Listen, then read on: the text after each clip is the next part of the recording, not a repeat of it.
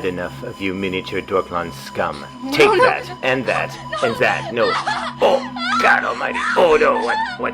No, not that. No. Pew, pew. Oh, shit. Pew, pew. Take that. How do you like that, miniature Dorklon scum? No, what? You. Pew, pew. Oh. Where do you think you're going? Pew, pew.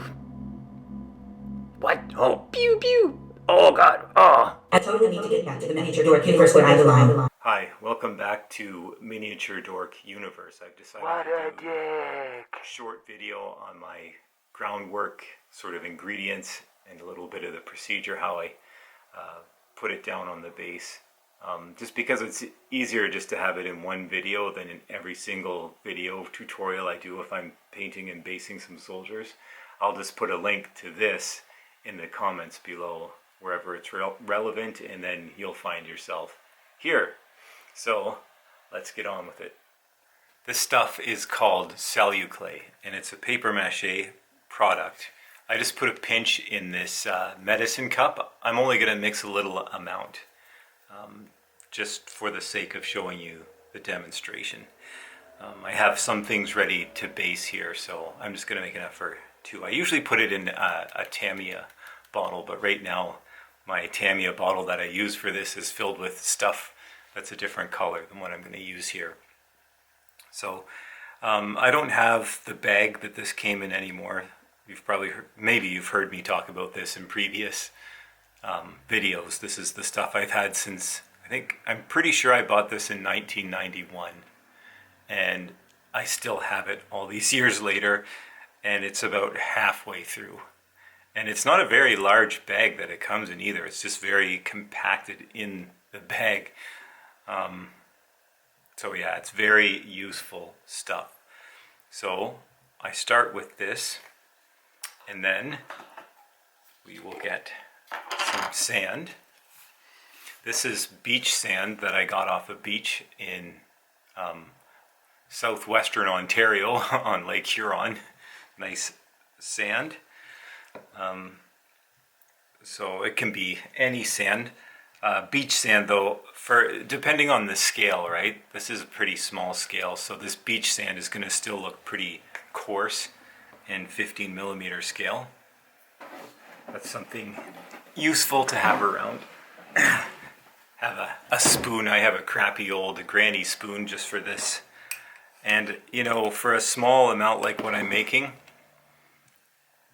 I'm just going to put a small amount of the sand in like that. Maybe not even that full, probably even just like that.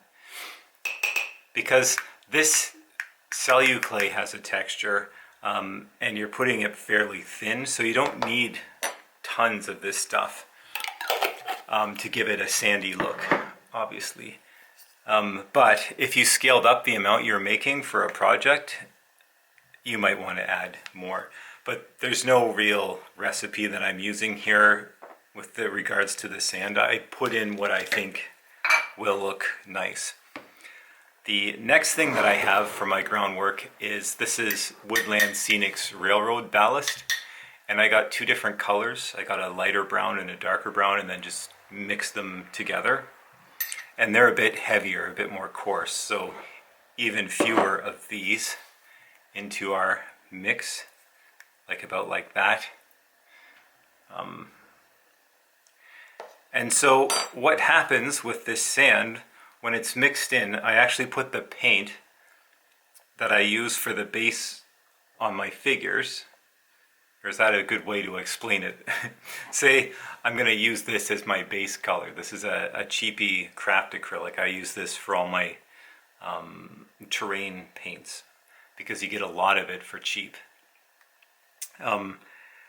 Say I'm going to use this color as the base color for my groundwork. Then I have a couple figures here. So these are some of the KNIL I'm working on for my Dutch East Indies project. I will paint the base this color, and then I'm going to actually squirt this color into the ground mix so that I can put it right up to the figure. And then later I don't have to meticulously go over bumpy groundwork surface to paint in the area up to the figure. And you can even leave it kind of smooth here and there and put in some, you know, fine turf or something to disguise it. And it is pretty small too, so, you know, you probably don't even need to go too crazy with that. But back to the sand. So when you mix this paint in with this, it's going to really absorb into the paper, but it only puts almost like a little patina or stain on the sand. So all the little grains that have different colors and things, that sort of those colors are going to kind of remain. It's kind of cool in a way. So you'll see. I'll show some close-up pictures, or I'll put in a close-up picture right here. You can see that, yeah, the sandy color still, and the colors of the ballast still kind of peek through, even though we've added a color to it. So it just adds to the variation of the actual groundwork, which is nice. So next, you can do two things. I have this stuff. It's Liquitex ceramic stucco. Sorry, my light is glaring off it. I'll put it this way, a little bit out of the glare. And it's essentially this kind of stuff. This is the golden soft gel. If you've watched my videos, you've seen me use this. And this is an acrylic gel that I use more like an adhesive or a bonding agent / adhesive. The Liquitex stuff is just basically this with some like stucco sort of texture put in it, and you can get all kinds of textures in these Liquitex gels, and it's just another gritty thing to introduce into our mix to add more sort of sandy textures to it, and the little grit bits in this also won't soak all the color of this paint, so this paint is just going to sort of patina this stuff too, so you get a further level of color in it that, you know, just by adding one color. It's kind of cool. So what I do with this is I get a tool like this. This is like a painting palette knife that you would get at an art supply store, and they come in many sizes and shapes, so you can choose, you know, whatever one suits you. But I take a pretty good glop of this and I stick it in to the cup. This will also serve it, because it's acrylic, it's going to dry kind of plasticky. So the entire thing, when this is dry, instead of being like paper mache, it's going to be more like plastic. So since our medium is mostly plastic and metal and resin, you know, it's just kind of nice to have a continuation of that. And it's easier to paint. You know, the paint isn't going to just soak up and everything like if you were using plaster, or if this was just straight up paper mache. So I'm going to take my craft acrylic and drop it in here. And I put one fairly decent sized drop in. I might scoop off some of the excess with this. You can always add more of this after if you feel like it's not dark enough. And then close by, I always have my crusty old paint cleaning water jar with some water in, and we'll introduce water into this. This paper mache is activated by adding water, and I'm just going to use a pipette like this so that I can control how much water goes in, because if you use like a sink tap, it's going to blast a bunch of water in and it'll end up pretty much every time being too watery. So I'll put that in and I'll mix it. And what we're going for is sort of like oatmeal texture. That still needs a bit more.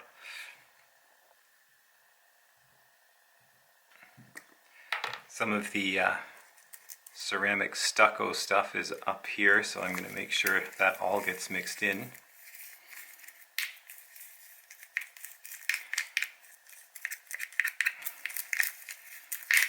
And what you end up with is this sort of textured paste, but it's got a really nice texture. Like the celluclay gives it a really nice sort of body to it. That's just, it ends up looking a little random and yeah, very much like actual groundwork. So this is what I ended up with. I'm feeling like this color is going to be maybe just a bit too light, so I'll go in and add a bit more of the craft paint.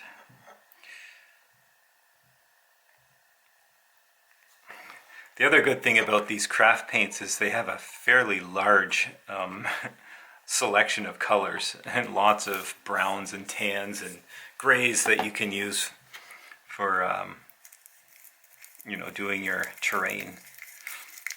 And then you're not spending a fortune on little Vallejo bottles when you need to do much larger areas. Another good thing to use is latex paint. You can buy the, you know, a tiny, like the smallest size can, I forget what size it is, but it's only about $11, but it's huge for doing this kind of stuff. And you can get fairly good quality latex paint if you want really durable stuff. And it's pretty cheap. But yeah, so I've mixed it up. You want to mix it well. And at this point, you might not even see where any of the railroad ballast is, but that's kind of what you get, right? But when it dries, it's going to start to be more evident. Definitely the sandy texture will be. So I'll move this out of the way. I'll just talk a little bit too about how I work with it. Now, if you're doing a larger, you know, like a landscaping piece, like a building or a field or something, and you want to put this down, use a tool just like this, what I use to mix it. And this is good to mix because you can also sort of squish it and flatten it. You know, if you just use a mixing stick, you don't as effectively do that because you really want to mix all the materials, the acrylic gel, the paint, the paper mache. You want it all to get mixed in quite well. Well, very thoroughly is what I'm saying. Oh, another thing you could do too, and I think I'll do this here, to increase the drying time, because this does take, you know, this will take hours to dry. You'll leave it overnight and then in the morning it's going to be dry. To increase your drying time, this is 90% rubbing alcohol. It says 70% here, but I put 90 in it because this one had a spray thing. So give it a little spray of the rubbing alcohol. I can just spray it into my coffee. What a dick. And that will increase the drying time. Or no, sorry, decrease the drying time. My name, Ryan. So you mix that up, and it looks a bit like cat barf, but it will make good stuff. So yeah, for larger things, you can apply with this. For smaller stuff, like these KNIL guys that I'm doing. So here I have a light machine gun stand. I have these for my home rules for Crossfire. Yeah, anyway. And then same here, this guy is a runner. And I also have these for my Crossfire home rules. I'll bring him up a bit closer maybe. And this guy's more for a command and control type thing. And these guys are for getting unpinned in a more exciting way than rallying, which I hate. I never can seem to rally stuff in games. I always roll a bad roll, and it slows everything down and sucks. But my covering fire rule makes getting unpinned more exciting. So I put it on with one of these, and you can use, oh yeah, I didn't talk about this. This is just a sculpting tool that you can buy at an art or craft supply store. Sorry, I'm drinking coffee here. The thing I like about this is on one end it's sort of flat this way, and on the other end it's flat in the other direction. So it really gives you options for pushing the material in areas where it's a little more difficult. So I get it close to the figure, and I definitely make sure I cover the sides of the base so that the base gets covered. And you don't really need to, it'll shrink a bit, but not much.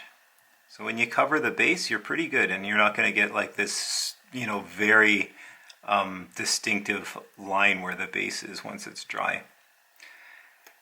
And I pat it down with the tool. Now, once you get it down, the other thing you want to make sure is that it's not all mashed potato-y looking. So I'll focus in a little more. Let's see if we can get that to actually focus on the piece. Yeah, so you don't want too many ridges in it, so I flatten it down. And you can also use, just dip the tip of this in your water, blip, and just make it a little wet, and that'll help sort of level out some of those peaks. Because you don't want it, yeah, to look like a big pile of mashed potatoes. You want it to look like ground.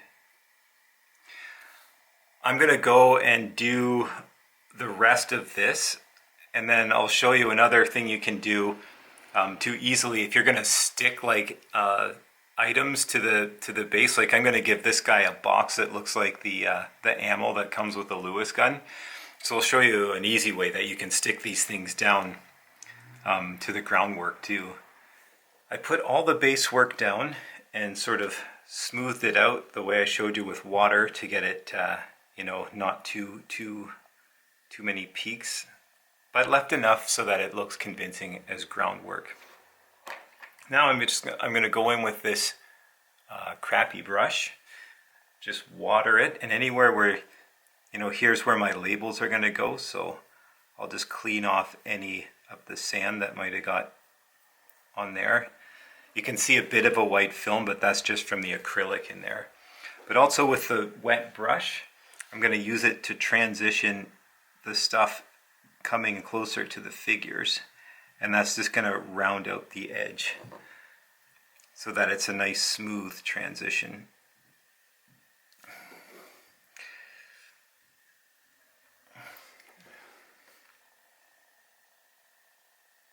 The other thing too is the paint in this, it stays pretty much in the groundwork. If a little bit gets on your figure, it's usually pretty easy just to take it off with water. It's a very thinned down amount of paint. I don't even think I've ever had to worry about, you know, my getting paint on my figures from the groundwork. It seems to just come right off if you get some by accident. So I go around and work that stuff in. Keep it clear of where my label's going to go. And then I leave this overnight to dry once I have all these steps done. I'm going to finish just using the paintbrush to transition this into the basing on the figure, and then I'll come back and show you the final steps, how I, you know, if there's things like ammo boxes and stuff. I might actually wait until this is dry to attach the ammo box, but I'll show you what I do for that, because it works pretty well. I'm done sort of working in the transition between the figure base and the groundwork with a wet paintbrush. And now I'm going to start sticking some things down. I'm actually going to wait till this dries a little bit before I put this ammunition box down. But I'll tell you how I would do it. You take the gel that you used, even if you use the stucco stuff, and just with your brush put a little bit on the back and press it into the groundwork, and when it all dries, it's going to dry with that acrylic gel right into the box and have a really good seal and be stuck to your base all in one shot. I'm going to wait for this to dry a bit though, because it's still pretty wet, and I don't want to depress the ammo box too deeply into the groundwork, because I don't want it to look like it's buried in mud or something, you know. So yeah, I'm going to let that dry a little bit. But at this stage, I do add some larger rocks. So I get not craft store, like dollar store rocks of various sizes, and just to add a little variation to the bases and make them a little more interesting.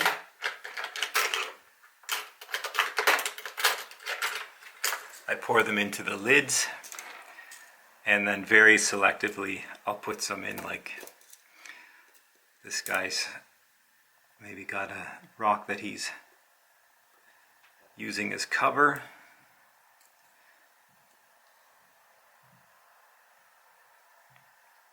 I'm going to put a big bush here that this guy's going to be behind, so I'll leave that sort of open.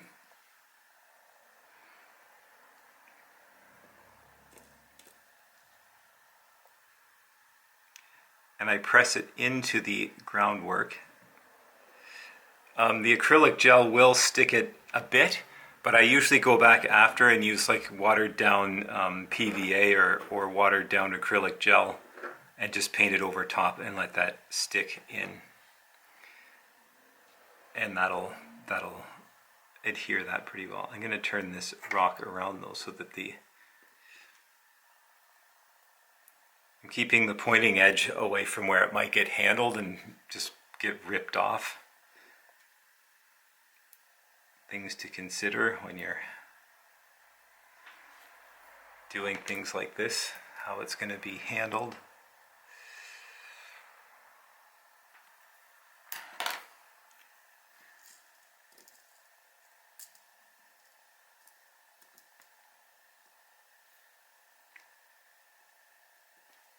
And so I'll probably leave it at this. This is how I get the groundwork. And so if I refer to this video when I'm painting, hopefully that will help.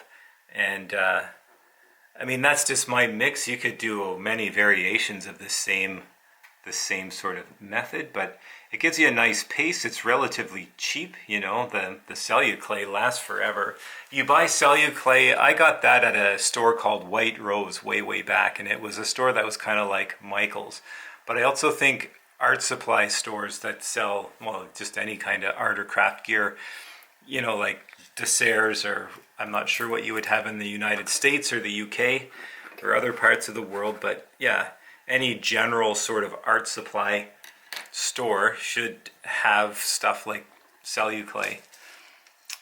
Or, you know, it might be in a different country, it might be a different kind of different name or something, but it's just basically pre-mixed sort of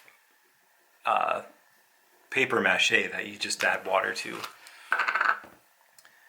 And like I said, it takes about, well, it takes overnight. I mean, probably in about 4 hours this will be pretty dry, but I usually do them in the evening when I'm doing some figure modeling and painting and whatever, and leave it overnight, and in the morning it's totally dry and ready to go. But yeah, I do think adding the alcohol speeds up the drying time. So thanks for watching, and I hope this kind of basing material might help you out down the line if you're doing some wargaming. And we'll call it here until next time. Bye bye.